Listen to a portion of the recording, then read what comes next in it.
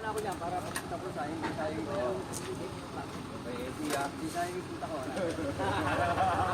Kaya nagbuwa siya kay Eddie.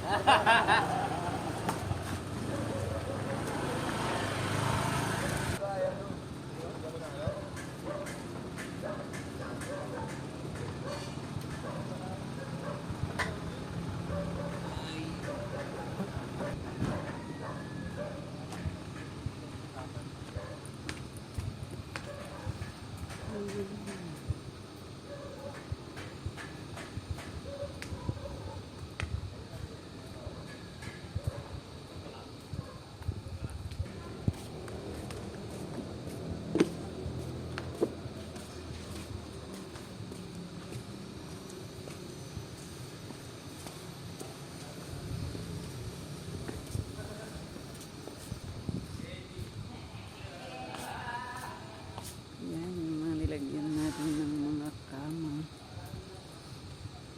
yung mga A-house nila, yung swimming pool. Yan, at ito yung bagong gawa.